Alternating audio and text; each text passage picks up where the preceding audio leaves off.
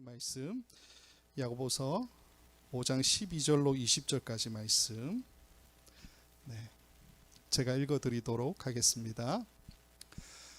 내 형제들아, 무엇보다도 맹세하지 말지니 하늘로나 땅으로나 아무 다른 것으로도 맹세하지 말고 오직 너희가 그렇다고 생각하는 것은 그렇다 하고 아니라고 생각하는 것은 아니라 하여 정죄 받음을 면하라. 너희 중에 고난당하는 자가 있느냐? 그는 기도할 것이요 즐거워하는 자가 있느냐? 그는 찬송할지니라. 너희 중에 병든 자가 있느냐? 그는 교회의 장로들을 청할 것이요 그들은 주의 이름으로 기름을 바르며 그를 위하여 기도할지니라. 믿음의 기도는 병든 자를 구원하리니 주께서 그를 일으키시리라. 혹시 죄를 범하였을지라도 사하심을 받으리라. 그러므로 너희 죄를 서로 고백하며 병이 낫기를 위하여 서로 기도하라. 의인의 간구는 역사하는 힘이 큼이니라. 엘리야는 우리와 성정이 같은 사람이로되 그가 비가 오지 않기를 간절히 기도한즉 3년 6개월 동안 땅에 비가 오지 아니하고 다시 기도하니 하늘이 비를 주고 땅이 열매를 맺었느니라. 내 형제들아, 너희 중에 미혹되어 진리를 떠난 자를 누가 돌아서게 하면 너희가 알 것은 죄인을 미혹된 길에서 돌아서게 하는 자가 그의 영혼을 사망에서 구원할 것이며 허다한 죄를 덮을 것임이라. 아멘. 오늘 이제 드디어 야고보서가 끝이 납니다. 오늘 이제 끝이 나고요. 우리가 이제 5장이 야고보서의 마지막이니까 간단하게 보면요, 5장 처음 부분에 야고보서의 저자가 유대인들이 가장 잘 아는 용법을 가지고 와서 이야기하죠. 들으라라고 하는 그 용법을 가지고 와서 이야기하면서 부자들에게 경고의 말씀을 주는 내용들로 5장을 시작하는 것을 보게 됩니다. 즉 들으라, 신명기 6장에 나오는 쉐마의 말씀이라고 말씀을 드렸습니다. 이 쉐마의 말씀이 곧 우리에게 알려주는 것이 하나님 사랑, 이웃 사랑의 말씀이기 때문에 하나님 사랑, 이웃 사랑에서 실패하고 있는 그들의 모습을 보면서 경고의 말씀을 해주고 있는 내용이 바로 5장 앞부분의 이야기다라는 거죠. 간단하게 말씀을 드리면 그들의 행함이 없는 그 모습, 가난한 자와 부자를 차별하는 그 모습, 그들의 형제 자매에게 외면하는, 관심이 없는 그 모습, 이 모습이 실상은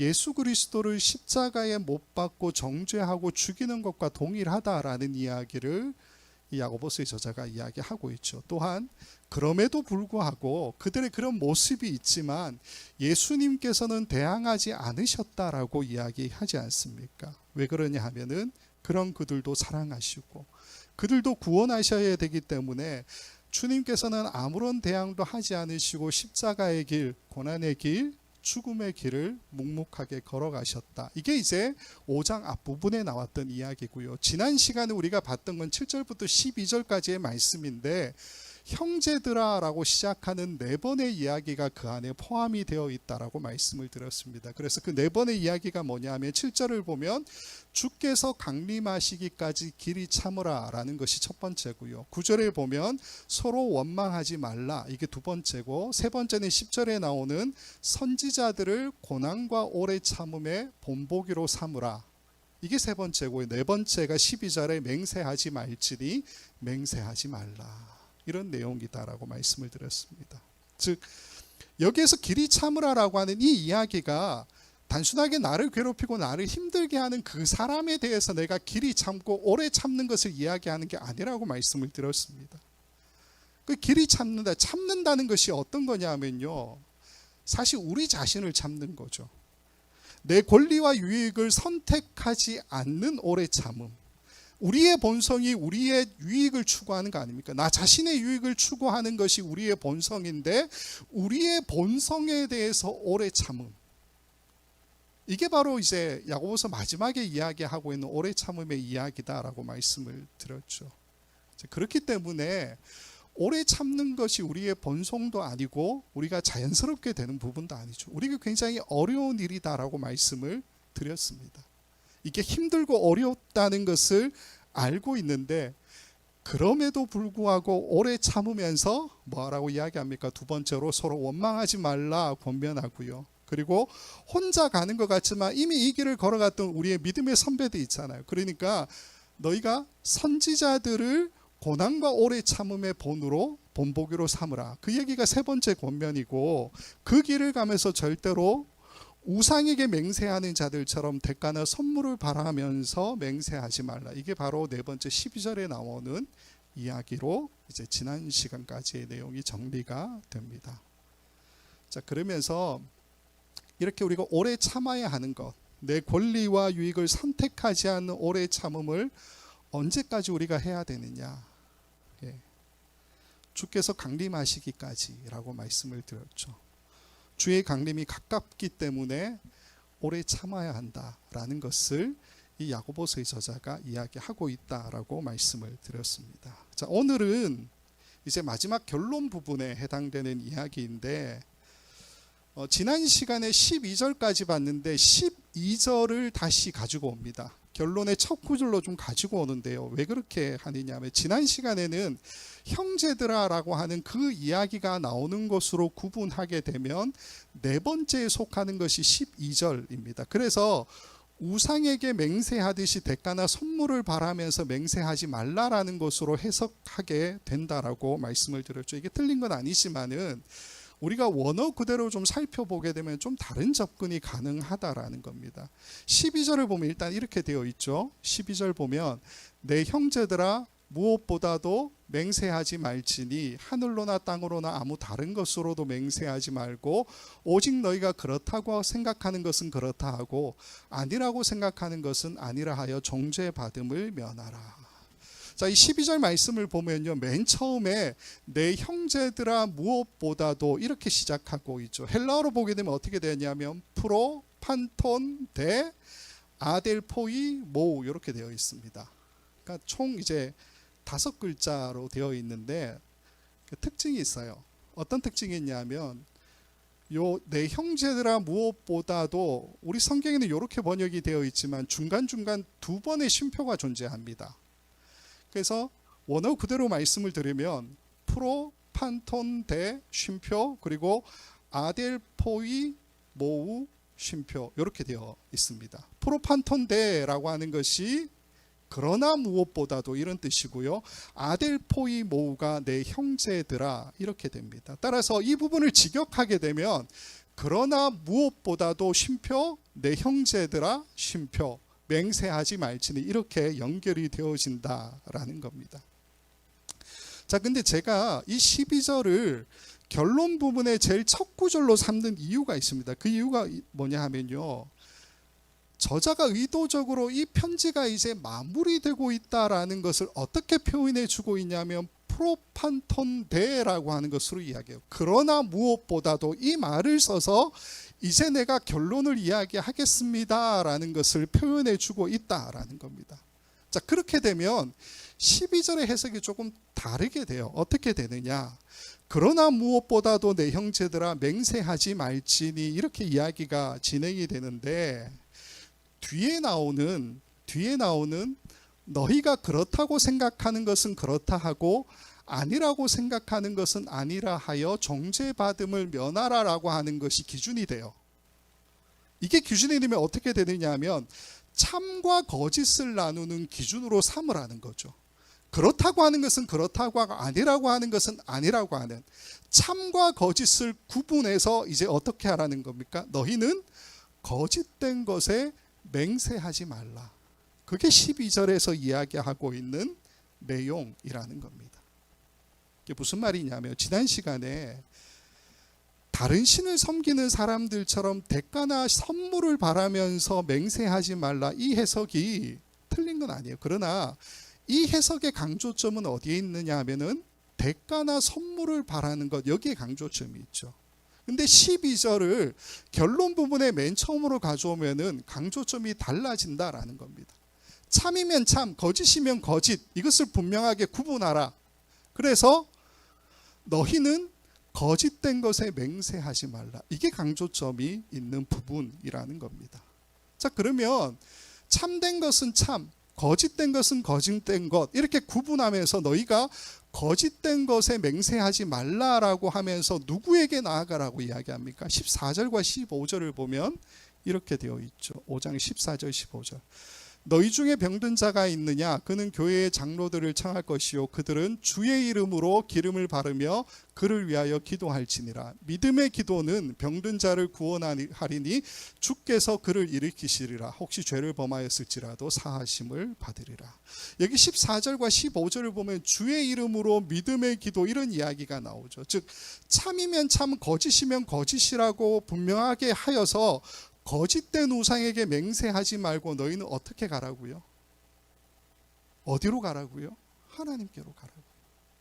주의 이름으로 기도하고 믿음의 기도 여기에 대해서 이야기하고 있으니까 우리는 다른 것에 맹세하는 사람들이 아니고 하나님께 나아가는 자, 하나님께 기도하는 자, 그게 우리의 모습이다라는 것을 이야기하고 있다라는 겁니다. 다시 정리하면 저자가 이 마지막 결론으로 유대인 성도들에게 당부하는 권면, 이 권면이 뭐냐?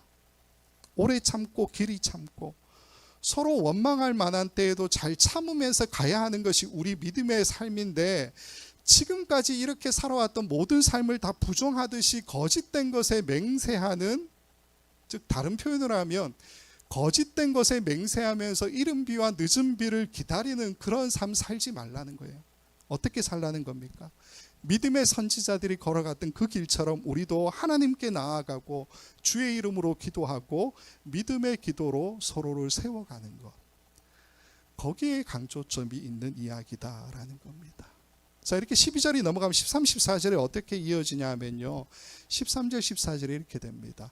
너희 중에 고난당하는 자가 있느냐? 그는 기도할 것이요 즐거워하는 자가 있느냐? 그는 찬송할지니라. 너희 중에 병든 자가 있느냐? 그는 교회의 장로들을 청할 것이요 그들은 주의 이름으로 기름을 바르며 그를 위하여 기도할지니라. 일단 이 13절 14절을 보면요, 이 저자가 실질적으로 권면하고 있는 대상을 분류해 놓고 있는 것을 보게 됩니다. 무슨 말이냐 하면 직접적으로 이야기하죠. 고난당하는 자, 그리고 즐거워하는 자, 그리고 병든 자, 이렇게 이야기하죠. 이들이 바로 권면의 대상인데 어떻게 권면합니까? 고난당하는 자에게는 기도할 것이요 즐거워하는 자에게는 찬송할지니라. 병든 자에게는 교회의 장로들을 청하며 그들은 주의 이름으로 기름을 바르며 그를 위하여 기도할지니, 이렇게 되어 있죠. 굳이 이제 이 세 가지의 차이점을 굳이 찾으라 그러면 고난당하는 자와 하고 즐거워하는 자는 직접적으로 그들이 해야 될 일을 말하고 있죠. 어떻게 해요? 고난당하는 자는 기도하라고, 즐거워하는 자는 찬송하라고. 근데 반면에 병든 자에게는 교회의 장로들을 청할 것이요, 이게 직접적인 그들이 해야 할 것을 말해주고 있는 부분이고, 그 뒤에 나오는 내용은 뭐냐면 청함을 받은 장로들이 무엇을 해야 되는지에 대해서 이야기하고 있는 거예요. 다시 이 13절 14절을 정리하면 여기서 대상을 이야기할 때 사실은 세 가지가 아니라 네 가지 부류의 사람들에 대해서 이야기하고 있어요. 고난당하는 자는 기도하라, 즐거워하는 자들은 찬송하라, 병든 자들은 교회의 장로들을 청하라, 그리고 청함을 받은 교회의 장로들은 병든 자를 위해서 주의 이름으로 기도하고 기름을 바르면서 기도하라. 이렇게 네 부류의 사람들에게 이야기하고 있는 내용이라는 겁니다. 자, 그리고 뒤에 나오는 15절부터 18절은요, 우리가 기도해야 되는 이유에 대해서 이야기하고요. 그리고 19절로 20절은 미혹되어서 진리를 떠난 자들을 돌아서게 하라라고 하는 권면으로 이 야고보서의 편지가 다 끝이 나게 됩니다. 15절로 20절까지 간단하게 말씀을 드리는 이유는 뭐냐 하면 고민을 좀 했었는데요. 이 결론 부분에서 가장 중요한 게 뭔가라는 겁니다. 저는 아무래도 뒤에 나오는 이야기보다 오늘 본문에서 이야기하고 있는 13절 14절이 이 야고보서의 저자가 마지막으로 결론으로 말하고자 하는 가장 핵심이 아닌가 하는 생각을 가지고 있습니다. 즉 어떤 이야기입니까? 고난당하는 자들은 기도하고 즐거워하는 자들은 찬송하고 병든 자들은 교회의 장로들을 청하고 장로들은 그 병든 자들을 위해 주의 이름으로 기름을 바르고 기도하라. 이게 핵심이라는 거예요. 이 13절 14절이 지금 이야기하고 있는 이 이야기, 야고보서의 저자가 말하고 있는 이 권면의 내용을 한마디로 함축하면 어떤 이야기입니까? 고난당하는 자, 즐거워하는 자, 병든 자, 교회의 장로들. 교회죠, 교회. 하나님 나라의 공동체에 대한 이야기를 하고 있죠. 원래 이 편지의 수신인을 수리 안디옥 교회라고 말씀을 드렸는데 이들이 어떤 사람들이었다고 성경이 표현하고 있습니까? 그러니까 야고보서 전체를 보면은 저자가 여러 가지를 지적해요. 1장 27절을 보면요. 말씀을 제가 찾지 않겠습니다. 쭉 말씀을 드릴게요.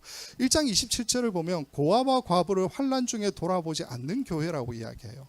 2장 2절과 3절을 보면 그들의 집회 초소에서 가난한 사람들과 부유한 사람들이 앉는 자리를 차별하는 교회였다고 이야기하고 있죠. 2장 14절부터 17절을 보면은 그들의 형제 자매가 헐벗고 굶주려 있는데 말로만 평안히 가라, 덥게 하라, 배부르게 하라 라고 했던 행함이 없는 믿음, 이런 교회의 모습이었다라고 이야기하죠. 또 3장 1절부터 보게 되면 선생된 자들의 말의 실수, 즉 잘못된 가르침이라고 이야기를 드렸습니다. 즉 진리를 거스르는 말들로, 거짓말들로 하나님의 형상대로 지음받은 형제 자매들을 도리어 저주했던 교회, 이 교회가 바로 수리 안디옥 교회였다는 거죠. 4장을 보게 되면 정욕과 욕심과 시기로 싸우고 다투는 공동체였다고 이야기하고요. 하나님은 우리하고 너무 가까이 계시고 싶어서 자기 자신은 성령님까지 시기하신다, 그렇게 말씀하고 계시는데 그런 하나님을 외면하는 사람들, 두 마음을 품었던 공동체가 바로 이들의 모습이었다, 그렇게 이야기하죠. 그리고 서로 비방하고 판단하고 스스로 율법을 판단하는 자리, 하나님의 그 자리에 앉아있던 자들, 즉 입법자와 재판관이 되었던 이들의 모습에 대해서 이야기하고 있고요. 잠깐 있다가 없어지게 되는 안개 같은 존재인데 주님의 뜻이면 살고 주님께서 말씀하시면 이것도 하고 저것도 해야 되는 존재가 바로 우리들인데 이것들을 무시한 채 스스로 자신의 미래를 선택하고 계획하고 재단했던 사람들, 그렇게 이야기하고 있죠. 공동체 안에서 부자들은 헐벗고 굶주린 자매들을 돌아보지 않고 가난한 자와 자신을 차별하고 사치와 방종으로 자신의 마음을 살찌우고 있었다라고도 5장에서 이야기하고 있죠. 즉 한마디로 말씀을 드리면 야고보서 5장 6절을 보면 전체적으로 이런 이야기를 합니다. 5장 6절 말씀을 보게 되면요, 너희는 의인을 정죄하고 죽였으나 그는 너희에게 대항하지 아니하였느니라. 그러니까 이 유대인 성도들의 모습을 야고보서의 저자가 어떻게 정의하느냐면요, 너희는 의인을 정죄하고 죽였다, 이렇게 정의해요. 너희의 사랑 없는 그 모습, 행함이 없는 그 모습이 결국 어떤 거라는 겁니까? 예수 그리스도를 정죄하고 죽인 모습이다라고 명제로 달고 있죠. 그러나 그럼에도 불구하고 예수님은 그런 너희도 사랑하셔서 십자가의 죽음에 대해서 대항하지 않으시고 묵묵하게 구원의 완성을 이루어 가셨다. 그 이야기를 해주는 것이 5장 6절의 말씀이라는 겁니다. 자, 우리 교회는 과연 어떤 모습일까요? 오늘 13절과 14절에서 이 야고보서의 저자가 우리에게 권면하고 있듯이 고난당하는 자들이 기도하고 즐거워하는 자들이 찬송하고 병든 자들이 교회의 장로들을 청하고 청함을 받은 장로들이 그들 위해서 주의 이름으로 기름을 바르고 기도하고 있는 그런 공동체가 되고 있느냐라는 겁니다. 서로를 위해서 기도하고 기쁨과 찬송이 회복되는 그런 공동체를 우리는 만들어 가고 있느냐, 이게 야고보서의 저자가 지금 결론으로 이야기하고 있는 부분이에요. 수리 안디옥 교회만 해당되는 것이 아니고 오늘 이 땅에 있는 모든 교회들이 다 해당되는 말씀이죠. 결론으로 이야기했다면 이게 가장 중요한 이야기 아니겠느냐라는 겁니다. 사실 지난 시간까지 우리 모든 걸 다 생각해 보면요, 야고보서는 줄기차게 공동체에 대한 이야기를 계속해서 하고 있다는 것을 보게 됩니다. 물론 이제 유대인 성도들 각자가 행함이 없는 믿음에 대해서, 즉 행함으로 믿음을 증명하지 못하고 있는 그 모습에 대해서 표면적인 이야기를 분명히 하고 있죠. 그러나 분명하게 주목해야 될 이슈는 뭐냐 하면, 저자의 관심이 단순히 한 개인이 행함 있는 어떤 삶의 모습을 보여주느냐, 이게 아니에요. 공동체 전체가 행함으로 믿음을 증명하고 있느냐 아니냐, 여기에 더 관심이 있는 말씀이라는 겁니다. 이렇게 볼 수밖에 없는 이유가 뭐냐 하면요, 조금 전 우리가 방금 제가 쭉 설명을 드렸던 것처럼 유대인 성도들이 실패했던 많은 부분들이 있지 않습니까? 그런데 이 모습이 한 개인의 실패가 아니고요, 공동체 전체의 실패에 대한 이야기라는 것을 우리는 분명히 알 수 있죠. 즉 행함이 없는 믿음이라고 하는 이것은 한 개인의 실패만을 이야기하고 있지 않다는 겁니다. 공동체 전체가 실패한 모습에 대해서 쭉 야고보서는 기록해 놓고 있다라는 거예요. 그래서 오늘 13절과 14절에서 우리에게 결론으로 말하고 있는 이야기는 바로 어떤 이야기입니까? 하나님 나라의 공동체의 회복, 거기에 대한 이야기라는 겁니다. 목사님께서 설교 시간에 여러 번 말씀을 하셨지만, 우리 신앙은 굉장히 개인 구원에 초점 맞추어져 있는 것이 사실이죠. 그러니까 공동체가 함께 구원을 완성해 간다라고 하는 이 개념 자체가 우리에게 굉장히 낯선 것이 사실이라는 겁니다. 우리들 대부분은 공동체로 함께 모인다, 교회로 함께 모인다, 그러니까 함께 모이는 것 자체에 대해서는 별로 거부감은 없어요. 그런데 함께 모여서 이제 교회가 어떤 모습으로 이 땅 가운데에서 교회로서의 역할을 감당해야 하느냐라고 생각할 때에 여기에 사실 우리가 많은 관심을 두고 있지 않죠. 우리의 관심은 오히려 더 어디에 있습니까? 저도 마찬가지지만 주일날 우리가 교회를 오게 되면 오늘 하루 예배 잘 드리고 주시는 말씀을 통해서 내가 힘을 얻고 성도들과 적절한 관계 속에서, 적절한 수준 속에서 관계를 나누고 교회 생활에 그러면서 만족하고 집으로 돌아가서는 이제 힘차게 한 주를 시작해야 되겠다. 우리의 관점이 여기에 있는 것 아니냐라는 겁니다. 그러면서도 교회가 해야 되는 이 땅에서 어떤 역할, 이런 것들은 전문이신 목사님이 있고 교회를 책임지는 장로님들이 있고 직분자들이 있으니까 그분들이 하셔야 될 일이고 내가 굳이 나서야 되는 것들로 생각하지 않죠. 사도행전 2장과 4장을 여러 번 말씀을 드렸는데, 그들이 서로 물건을 통용하고 자기 재물을 자기 것이라 여기지 않고 재산과 소유를 팔아 서로 가난한 사람들에게 함께 나누어 줬던 이 이야기가 일부 리더들의 헌신에 대한 이야기가 분명히 아니죠. 사도행전 2장 44절을 보면 믿는 사람이 다 함께라고 이야기합니다. 4장 32절에 보면 믿는 무리가 한 마음과 한 뜻이 되어 이렇게 이야기하고 있습니다. 여기 누구 하나 빠져있다 이런 이야기를 하고 있지 않아요.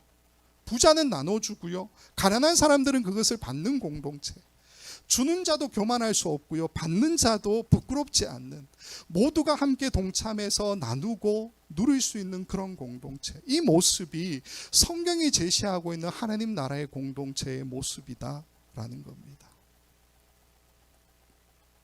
이게 낯섭니까? 사실 구약 성경을 통해서 이 하나님 나라의 공동체에 대한 이야기는 이미 우리에게 제시되어 있죠. 이사야 11장 6절부터 9절까지 말씀을 보면 이런 기록이 있습니다. 그때 이리가 어린 양과 함께 살며 표범이 어린 염소와 함께 누우며 송아지와 어린 사자와 살찐 짐승이 함께 있어 어린아이에게 끌리며 암소와 곰이 함께 먹으며 그것들의 새끼가 함께 엎드리며 사자가 소처럼 풀을 먹을 것이며 젖 먹는 아이가 독사의 구멍에서 장난하며 젖된 어린아이가 독사의 굴에 손을 넣을 것이라. 내 거룩한 산 모든 곳에서 해됨도 없고 상함도 없을 것이니 이는 물이 바다를 덮음같이 여호와를 아는 지식이 세상에 충만할 것임이니라. 이사야 65장 17절과 25절 말씀을 보면 또 이렇게 기록합니다. 보라 내가 새 하늘과 새 땅을 창조하나니 이전 것은 기억되거나 마음에 생각나지 아니할 것이라. 25절 이리와 어린 양이 함께 먹을 것이며 사자가 소처럼 짚을 먹을 것이며 뱀은 흙을 양식으로 삼을 것이니 나의 성산에서는 해함도 없겠고 상함도 없으리라. 여호와께서 말씀하시니라. 물론 이 말씀이 회복되는 새 예루살렘, 새 하늘 새 땅에 대한 말씀이 분명하죠. 그러나 많은 학자들이 이야기하고 있는 것처럼 회복될 새 예루살렘의 그림자가 뭡니까? 이 땅에 존재하는 우리의 공동체 아니겠습니까? 우리의 공동체는 하나님 나라를 닮아가는 공동체죠. 그래서 우리의 공동체를 제가 어떻게 표현하냐면 하나님 나라의 공동체, 그렇게 표현하고 있다라는 겁니다. 우리가 생각하는 것보다 이 땅에서 공동체가 회복되고 제 역할을 감당해야 된다라는 것은 성경이 말하고 있는 여러 가지 이야기들 중에서 굉장히 큰 주제에 해당되는 이야기입니다. 사실 신약 전체가 아마도 하나님 나라의 공동체에 대해서 이야기하고 있다라고 말씀을 드려도 과하지 않을 거다라고 생각이 됩니다. 왜 그러느냐? 우리의 삶을 통해서 한번 보면 그게 분명하게 드러나요. 무슨 말이냐면요, 하나님 나라의 공동체가 이 땅 가운데서 교회로서의 그 역할을 잘 감당하지 못하게 되면 어떤 결과가 나타납니까? 역사적으로 우리가 알고 있잖아요. 많은 일들이 있겠지만 예를 들어서 독일 교회가 나치당과 히틀러에게 무릎을 꿇게 되었죠. 그러면서 어떤 일들이 일어났습니까? 2차 세계대전을 통해서 600만의 유대인들이 학살당하고요. 그리고 전 세계가 전쟁의 소용돌이 가운데 수많은 생명들이 죽음을 당하게 되는 그런 일들이 있었죠. 그 이전은요, 중세시대 십자가 전쟁, 십자군 전쟁, 이게 유럽 국가에서 일으킨 전쟁으로 보면 사실은 교회가 굉장히 밀접하게 연관되어 있었던 교회 전쟁이었죠. 이게 1190년부터 1240년까지 대략 한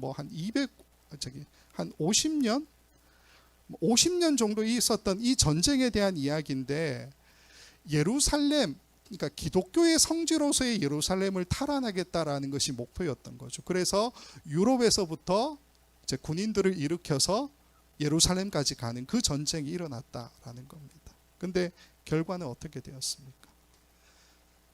예루살렘을 기독교 성지로 회복하지 못해요. 결국에는 빼앗겨 버렸다라는 거죠. 지금 이제 이스라엘하고 가자지구 하마스하고 전쟁이 일어나서 좀 여러 가지로 심각한 상황 가운데 있는데, 900년 전의 십자군 전쟁의 그 여파라고 볼 수도 있죠. 많은 학자들이 그렇게 이야기합니다. 그러니까 피해 보복이 계속해서 반복되었던 이 역사가 1000년 동안이나 지금도 지속되고 있다라는 거죠. 우리가 하나님 나라의 공동체로 함께 구원을 완성해가는 거기에 관심이 없으면요, 세상 가운데 어떤 일이 일어난다는 겁니까? 우리가 생각할 수 없는 결과가 나타난다라는 겁니다. 이 땅의 교회, 즉 하나님 나라의 공동체가 중요한 이유가 있습니다. 많은 이야기를 할 수 있겠지만은 교회는, 하나님 나라의 공동체는 세상이 하나님을 보는 통로죠. 하나님 나라는 우리가 직접적으로 볼 수 없잖아요. 하나님 나라의 그림자로서 이 땅에 교회가 존재하기 때문에 교회는 세상이 하나님을 보는 창문 같은 역할을 하는 곳이죠. 컨티넨탈 싱어즈의 창문이라고 하는 노래가 찬양이 있습니다. 저도 상당히 좋아하는 찬양인데, 이 찬양을 보면 가사가 이렇게 돼요. 어둠의 사람과 주님 사이 벽이 서 있네, 사단의 거짓으로 세워진 벽. 그러나 하나님의 사랑은 어둠을 물리치네, 우리가 그 벽의 창문이 될 때 우린 창문, 우리를 통해 세상이 예수를 보내 우리를 부르셨네. 우린 창문, 우리를 열어 그 사랑 세상에 전해 그의 빛을 밝게 비추리. 우린 창문, 세상을 향한.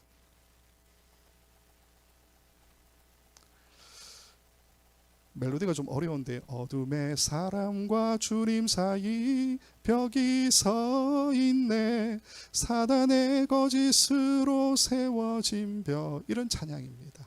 우린 창문, 우릴 통해 세상이 예수를 보내, 우리를 부르셨네. 제가 설교 때 찬양을 잘 안 하기 때문에 간단하게 이렇게 하려고 해도 좀 긴장을 많이 하게 되네요. 어쨌건 이 찬양의 가사가 우리에게 알려주는 것이 분명히 있습니다. 하나님의 사랑이 어둠을 물리치는 방법이 뭡니까? 성경도 동일하게 이야기하지만 유일한 방법은, 사단이 하나님과 우리 사이에 거짓의 벽을 세워 놓았잖아요. 그 벽에 우리가 창문이 될 때죠. 우리가 창문이 되어서 세상이 우리를 통해 예수 그리스도라고 하는 밝은 빛을 보게 되는 것, 그게 어둠을 물리치는 방법 아니겠습니까? 이 찬양은 그 일에 우리를 부르셨다라고 고백하고 있죠. 요한복음 1장 9절 말씀을 보면 이런 말씀이 있습니다. 참빛 곧 세상에 와서 각 사람에게 비추는 빛이 있었나니. 이 빛을 누구라고 이야기합니까? 요한복음 8장 12절. 요한복음 8장 12절 말씀. 예수께서 또 말씀하여 이르시되 나는 세상의 빛이니 나를 따르는 자는 어둠에 다니지 아니하고 생명의 빛을 얻으리라. 세상에 와서 각 사람에게 비쳤던 그 빛은 예수 그리스도이지요. 세상에 비친 예수 그리스도를 우리가 따라가게 되면 우리가 어떻게 된다고 이야기합니까? 생명의 빛을 얻으리라, 그렇게 이야기합니다. 그래서 마태복음 5장 14절을 보면 이런 말씀이 있습니다. 너희는 세상의 빛이라 산 위에 있는 동네가 숨겨지지 못할 것이요. 너희가 세상의 빛이라고 이야기하죠. 우리가 세상의 빛이라고. 그러면 세상의 빛을 가진 우리, 세상의 빛이 된 우리가 어떤 삶을 살아야 된다고 이야기합니까? 빌립보서 2장 15절에 이런 말씀이 있습니다. 이는 너희가 흠이 없고 순전하여 어그러지고 거스르는 세대 가운데서 하나님의 흠없는 자녀로 세상에서 그들 가운데 빛들로 나타내며. 이 말씀들을 쭉 보면요, 생명의 빛을 얻게 된 자들을 줄곧 너희 복수로서의 무리, 즉 믿는 자들을 계속해서 이야기하고 있는 것을 보게 됩니다. 예수님도 바울 사도도 예수를 따르는 공동체가 함께 빛이 되고요, 세상의 빛들로 드러나는 삶을 살아야 된다고 이야기해주고 있죠. 공동체, 개인도 중요하지만 공동체가 훨씬 더 많은 이야기들을 해주고 있다라는 겁니다. 사랑하는 여러분, 이 이야기가 저와 여러분 모두에게 가슴 찔리는 그러한 말씀으로 다가왔으면 좋겠습니다. 유대인 성도들은 실패했었죠. 수리 안디옥 교회에 있었던 이 성도들은 이 야고보서의 저자가 마지막으로 당부하는 그 모습의 회복이 분명히 필요했죠. 즉 하나님 나라의 공동체의 회복. 고난당하는 자가 기도하고 즐거워하는 자들 찬송하고 병든 자들은 교회의 장로들을 청하고 장로들은 그 병든 자들을 위해서 주의 이름으로 기름 받으며 기도하는 그 모습. 우리에게 적용하면 어떤 모습입니까? 우리가 신앙을 몇십 년 동안 이렇게 믿어왔다 치더라도 사실 우리는 이미 교회에 말씀에 모임에 예배에 이미 익숙한 사람들 아니겠습니까? 그러니까 이미 익숙한 우리에게 당부하는 이야기죠. 신앙에 익숙한 우리에게, 믿음 생활에 익숙한 우리에게 어떤 이야기를 합니까? 하나님 나라의 공동체의 회복, 우리 공동체, 우리 교회의 회복에 대한 이야기를 마지막 권면으로 우리에게 던져주고 있다라는 겁니다. 간절히 바라기는 우리가 이렇게 회복되었으면 좋겠습니다. 이게 목회자와 리더들의 몫이 아니고요, 우리 한 사람 한 사람이 회복을 위해서 믿음의 기도로 서로 중보해야 되는 것이 우리의 역할이고, 미혹되어 진리를 떠난 자들을 돌아서게 하는 그 일도 함께 만들어 가야 되는 일이다라는 겁니다. 우리가 이 사실을 기억하고 우리 원커뮤니티 교회 모든 성도님들 한 분 한 분 함께 모여서 고난당하는 자들을 위해서 기도하고 즐거워하는 자들을 위해서 함께 찬송하고 병든 자들이 우리를 청할 때 흔쾌하게 우리가 그 청함을 받아주고 아파하고 힘들어하는 모든 사람들을 위해서 주의 이름으로 기름 바르며 기도할 수 있는 그런 우리 교회, 우리 공동체가 될 수 있기를 주님의 이름으로 간절히 축원을 드립니다. 함께 기도하겠습니다. 좋으신 아버지 하나님, 야고보서가 우리에게 끝까지 이야기하고 있는 공동체에 대한 이야기를 오늘 마지막으로 다시 한번 살펴봅니다. 하나님, 우리 공동체가 개척하고 지금 5년이라는 시간에 다가가고 있습니다. 우리의 공동체는 과연 이 땅 가운데서 어떤 모습으로 서 있는지 돌아보기를 간절히 소망합니다. 하나님, 오늘 야고보서의 저자가 결론으로 말하고 있는 이 모습, 함께 고난당하는 자를 위해서 기도하고 즐거워하는 자들과 함께 찬송하며 병든 자가 청할 때에 찾아가 주고 그들을 위해서 함께 기름을 바르고 기도할 수 있는 그 모습이 우리 공동체 안에 끊임없이 나타날 수 있도록 주께서 허락하여 주옵소서. 우리 공동체 안에서 뿐만이 아니라 우리 공동체의 밖으로도 이 사랑과 헌신이 더욱더 흘러넘치게 하여 주셔서 간절히 바라기는 우리의 교회가, 우리의 믿음의 공동체가 세상을 향한 하나님 나라의 창문이 될 수 있도록 주께서 인도하여 주시옵소서. 감사하고 예수님의 이름으로 기도합니다. 아멘.